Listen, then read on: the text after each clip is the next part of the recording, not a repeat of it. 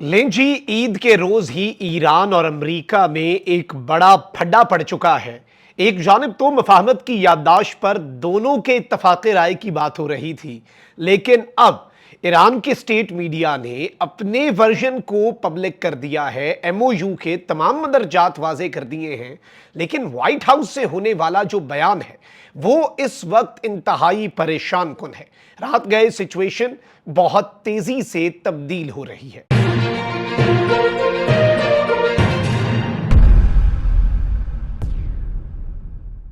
बिस्मिल्लाहिर्रहमानिर्रहीम, अस्सलाम वालेकुम। मैं हूं मखदूम शाहबुद्दीन। 27 मई 2026 बुध का दिन, रात का पिछला पहर। नाज़रीन इकराम, कुछ इंपॉर्टेंट डिटेल्स हैं जो आपके सामने रखनी है।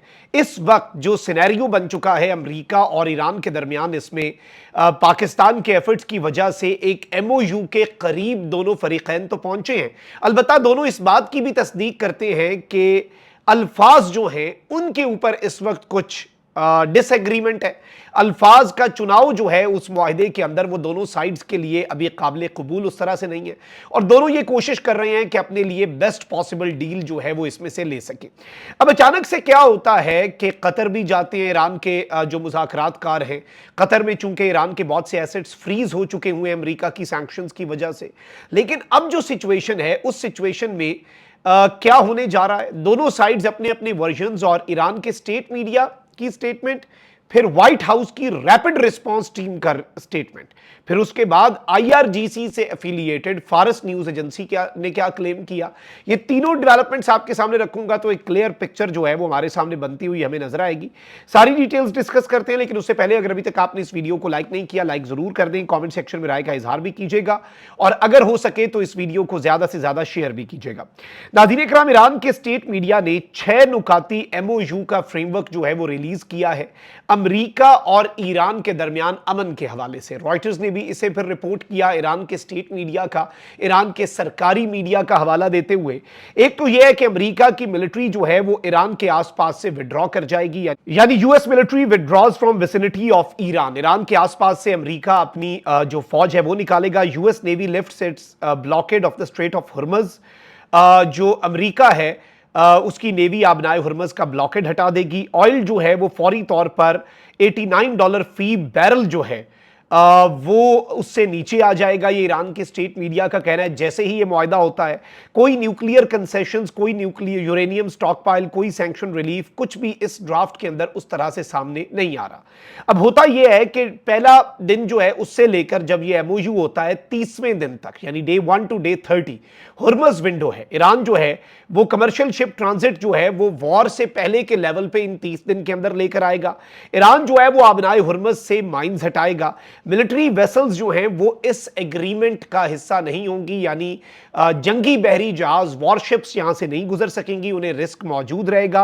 ईरान और ओमान जो हैं वो कंट्रोल संभाल लेंगे ज्वाइंट ट्रैफिक मैनेजमेंट का, क्योंकि आबनाए हुर्मुज उन दोनों की टेरिटरीज के करीब से गुजरता है। और फिर इस सब के अंदर अमेरिका जो है उसकी नेवी उस एरिया से निकलेगी जहां पर अमेरिका की नेवी पिछले कई दिहाइयों से भी पेट्रोलिंग कर रही है। अमेरिका उसके करीब भी नहीं आएगा। फिर डे 30 जो है वो पहला चेक पॉइंट होगा। उसमें देखा जाएगा कि क्या कमर्शियल ट्रैफिक जो है वो प्री वॉर के लेवल के ऊपर आ चुकी है आबनाए हुर्मुज से आमदोरफ्त। अगर ऐसा होता है तो ऑयल मार्केट्स जो है वो हुर्मुज नॉर्मलाइजेशन की तरफ एक बड़ा वाज़ेह इंडिकेटर दे देंगी, और बहुत सी चीजें जो हैं वो सामने आएंगी। फिर सबसे अहम तरीन चीज ये है नाज़रीन कराम कि ईरान जो है वो इसके ऊपर ओमान के साथ अपनी कोऑपरेशन और कोलैबोरेशन बढ़ाएगा। फिर डे 30 तक अगर ये सारी चीजें होती हैं तो डे 30 से डे 60 तक ब्रॉडर टॉक्स जो है वो आएंगी, जिनमें यूरेनियम स्टॉक पाइल, एनरिचमेंट और सैंक्शंस का जिक्र होगा। ईरान जो है वो कहता है कि हम पोजीशन ऑफ स्ट्रेंथ से आएंगे, हमने हुर्मुज खोला होगा, उस वक्त हमारी टर्म्स पे बात होगी, और ट्रंप जो है उसे डील की जरूरत होगी 60 रोजा विंडो से पहले। और डे 60 के ऊपर यूएनएससी जो है वहां पर एक binding United nation security council की रेजोल्यूशन जो है वो आ जाएगी। फिर जो सबसे इंपॉर्टेंट नुकता है वो ये है कि फॉक्स न्यूज ने इसके ऊपर अपनी खबर की, और उन्होंने कहा कि इसमें अमेरिका की रेड लाइंस के साथ ईरान जो प्रपोजल दे रहा है वो अभी भी क्लैश करता है, और इसमें ईरान के न्यूक्लियर प्रोग्राम और जो फ्यूचर एनफोर्समेंट मेयर्स हैं उन चीजों के ऊपर इसमें वो बात नहीं है, और इसमें $20 बिलियन जो हैं फ्रोजन फंड्स उनके रिलीज की बात है। और सबसे अहम तरीन चीज ये है कि इस खबर के ऊपर जो व्हाइट हाउस की रैपिड रिस्पांस की टीम है, यानी जो फौरी तौर पर अपना जवाब देती है, उसने कहा कि the report from Iranian controlled media is not true, यानी ईरान के कंट्रोल्ड मीडिया झूठ बोल रहा है, ऐसा कुछ नहीं है। And the MOU they released, यानी जो मेमोरेंडम ऑफ अंडरस्टैंडिंग उन्होंने रिलीज किया, इज अ कंप्लीट फैब्रिकेशन, ये एक मुकम्मल फैब्रिकेशन है। Nobody should believe what Iranian state media is putting out, यानी ईरान का स्टेट मीडिया जो भी कह रहा है उसके ऊपर कोई बंदा जो है वो एतमाद ना करे, और फैक्ट्स जो हैं वो बहुत ज्यादा मैटर करते हैं। यानी ईरान के स्टेट मीडिया ने एक एमओयू का मुसविदा शेयर किया, व्हाइट हाउस ने उसे रिजेक्ट कर दिया, और बेसिकली लुबे-लुबाब यह है कि अमरीकी अफवाज ईरान के इतराफ से इनखला और बहरी नाकाबंदी खत्म करेंगे। ईरान 1 माह में आबनाए हुर्मुज़ में आमदोरफ्त बहाल कर देगा, इसमें फौजी बहरी जहाज शामिल नहीं होंगे। ओमान के ताउन से आबनाए हुर्मुज़ में जहाजों की आमदोरफ्त और रूट्स का इंतजाम ईरान ही करेगा। 60 रोज में हतमी मुआहिदा तय पा जाने पर यूएनएससी की बाइंडिंग रेजोल्यूशन आएगी।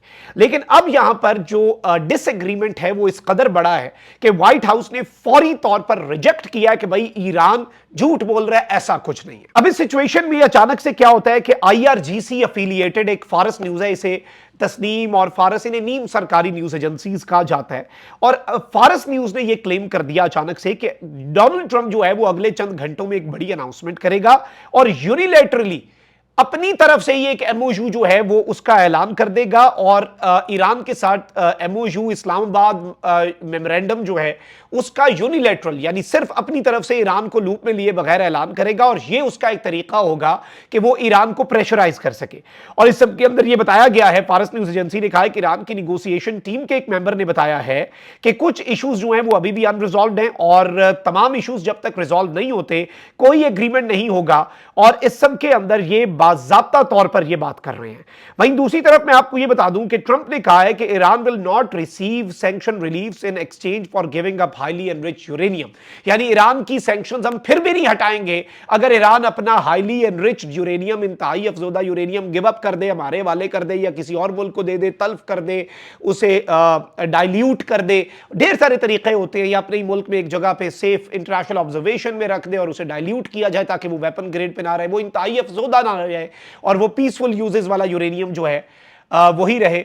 अच्छा, अब इस सारी सिचुएशन के अंदर मैं आपको बताऊं नाज़रीन कराम, ये जो अजीब सा एक सिनेरियो बन रहा है, और ये जिस तरह की सिचुएशन बन रही है, लेट्स बी ऑनेस्ट हियर, इसमें अब ये डिसएग्रीमेंट्स, ये तमाम तर चीजें, ये तमाम तर मामलात जिस तरफ को जा रहे हैं, आई थिंक ये परेशान कुन है। These are not going in the right direction at all, और डिसएग्रीमेंट भी मौजूद है। पिछले दिनों अमेरिका ने ईरान की नेवी के ऊपर हमला कर दिया, फिर कह दिया कि जी हम तो अभी भी जो है वो सीज फायर बरकरार है, डील हो जानी चाहिए, ये हो जाना चाहिए। लेकिन ये सारी चीजें मामले को पेचीदा बनाती हैं, और जंग के मामलात में ऐसी छोटी सी भी मिसकैलकुलेशन, कुछ ऊपर नीचे हो गया, एक ऑल आउट वॉर ब्रेक हो सकती है। फिर इसराइल का इस सब के अंदर रोल बहुत इंपॉर्टेंट है। फिर जो ट्रंप ने अब्राहम अकॉर्ड्स को इसके साथ अटैच कर दिया, वो भी इस सब में एक बहुत बड़ी प्रॉब्लम है, क्योंकि मुस्लिम ममालिक इस शर्त पर कि भाई ईरान को हम छोड़ दें और ईरान को कुछ ना कहे अमेरिका, अब्राहम अकॉर्ड का हिस्सा बन जाए, ऐसा भी नहीं मुस्लिम ममालिक के लिए पॉसिबल। तो एक बड़ी पेचीदा और कॉम्प्लेक्स सी सिचुएशन जो है वो अनफॉर्चुनेटली बन चुकी है। लेट्स होप कि भाई सैनिटी प्रिवेल करे, चीजें बेहतर अंदाज में आगे बढ़े, लेकिन अभी तक यही है जो मैंने आपके सामने रख दिया। और ट्रंप की तरफ से फारस न्यूज के मुताबिक एक मास्टर स्ट्रोक खेलेगा ट्रंप, अपनी तरफ से साइकोलॉजिकल वॉरफेयर करेगा, कहेगा कि ये मुआहिदा है, फिर ईरान उसे रिजेक्ट कर देगा, भाई बात तो फिर उधर की उधर ही है। तो जब तक यूनिलैटरल चीजों को पीछे रख के, और ये देखे मीडिएटर अनाउंस करे कि दोनों ने मान लिया, तो वो बात मानी जाएगी। अल्लाह निगहबान, पाकिस्तान जिंदाबाद।